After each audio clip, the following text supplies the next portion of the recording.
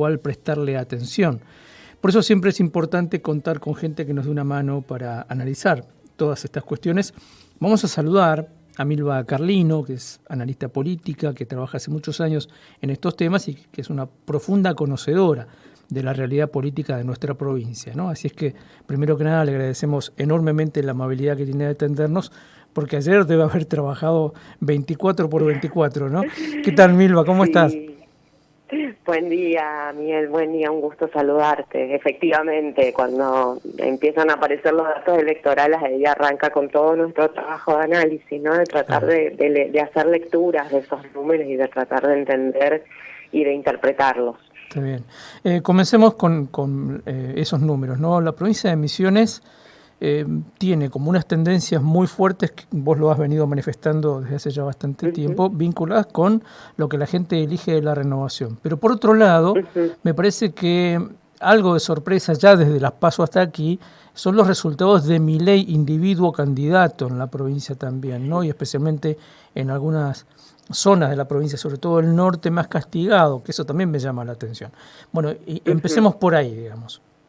Bueno, efectivamente, también lo que podemos leer de un poco del resultado de las PASO y de lo que hace y de cómo se ha expresado el electorado misionero, tanto en las PASO como ahora, ha sido una de las provincias en las que, recordemos, en las PASO Milei había sacado mayor cantidad de votos y con bastante diferencia por sobre la opción de Sergio Massa.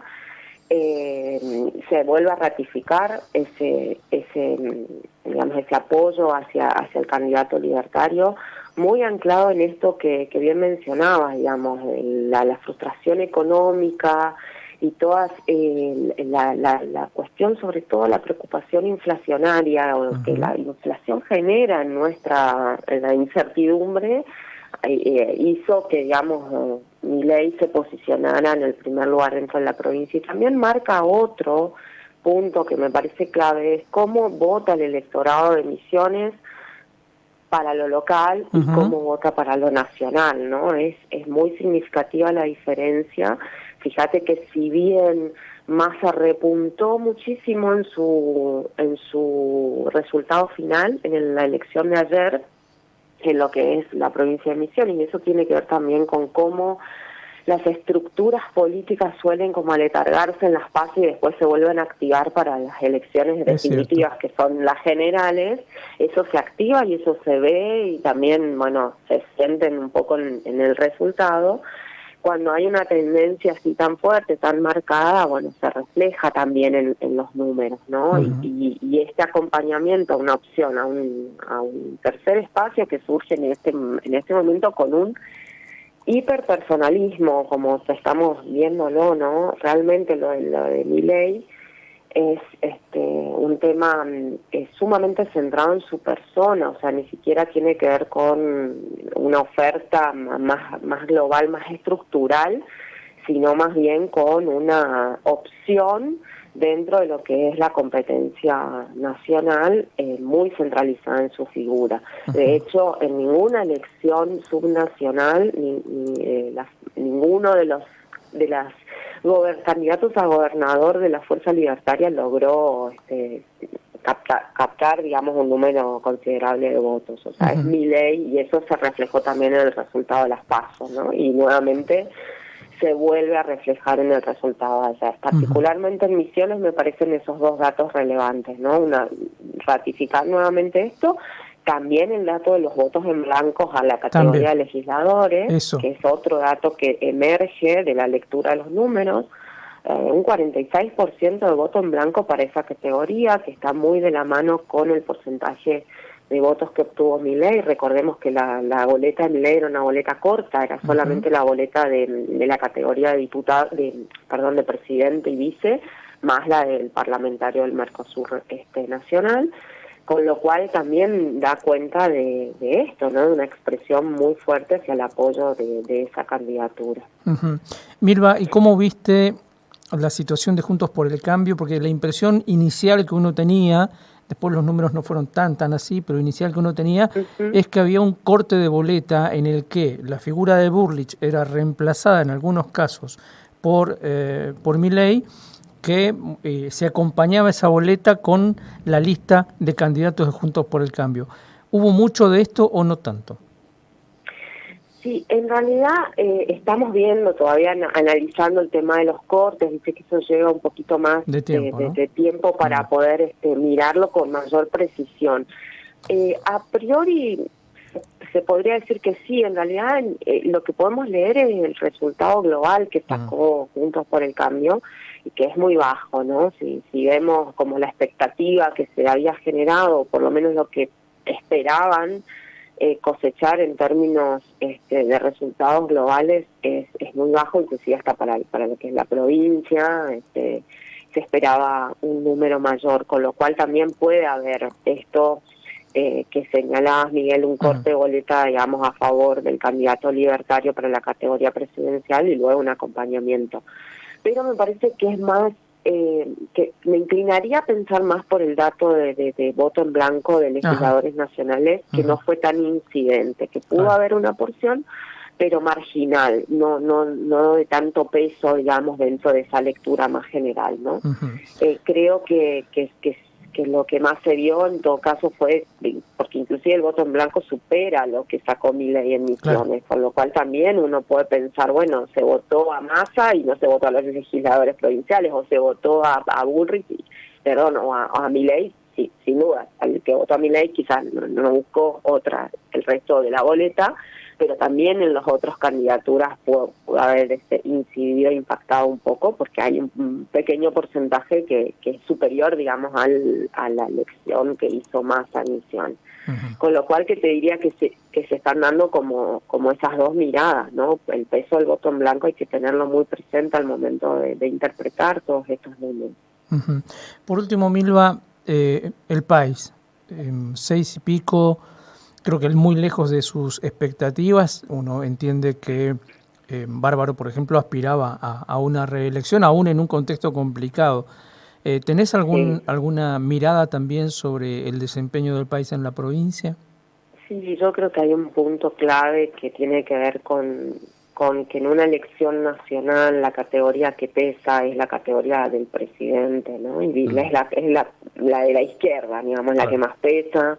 Esto es el famoso efecto arrastre, que lamentablemente la boleta de Cacho Bárbaro tenemos que mencionarlo, digamos, una boleta corta, con lo cual había que, por un lado, buscar eventualmente la categoría de presidente y luego anexar la categoría de legisladores nacionales que proponía el país. Sin duda que hay una pérdida de esa base electoral, pero que también tenemos que leerlo dentro del contexto de una elección ejecutiva nacional, que es la que termina generando mayor interés y es la que termina en definitiva marcando el punto más central de la motivación del voto, ¿no? Creo que también tenemos que mirarlo en ese contexto y con esa desventaja clara con la que corría, digamos, esta boleta que iba, así como en su momento la boleta corta desfavoreció a la renovación como opción electoral nacional. Recordemos que en la elección del 2019 la renovación se presentó con una boleta corta y quedó relegado, digamos, a un tercer lugar dentro de lo que fue la competencia nacional. Esto mismo me parece que impactó negativamente en lo que es la oferta del país, no en la provincia. Pero también ya vimos un retroceso de ese apoyo en la elección provincial, con lo cual hay señales de alarma en ese sentido como para repensar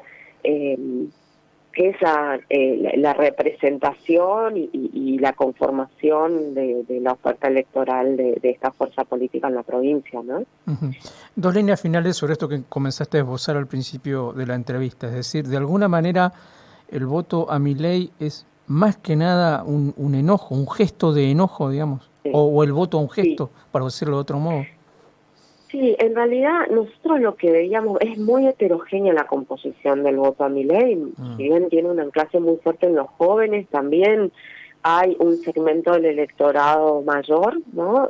Que lo acompaña y muy anclado en el enojo y la bronca que han generado y sobre todo en términos de frustración económica, o sea, las lecturas cualitativas que por ahí hacemos, que no tienen que ver con los datos cuantitativos de la encuesta, sino que son grupos de diálogo que nos permiten profundizar un poco más en las motivaciones del voto, que es un fenómeno muy complejo, no se pueden explicar con una sola variable, siempre son multicausales, multivariables, pero bueno, nos ayudan a comprender un poco más qué está debajo de esa intención, y lo que veíamos era muy fuertemente la cuestión del cansancio y de la bronca y de la frustración que generan tantos años, porque no es solamente la gestión de Alberto Fernández, sino que define de la gestión de Cristina, de la gestión de Macri, de la gestión que se suma con la gestión de Alberto, de frustración económica, ¿no? Si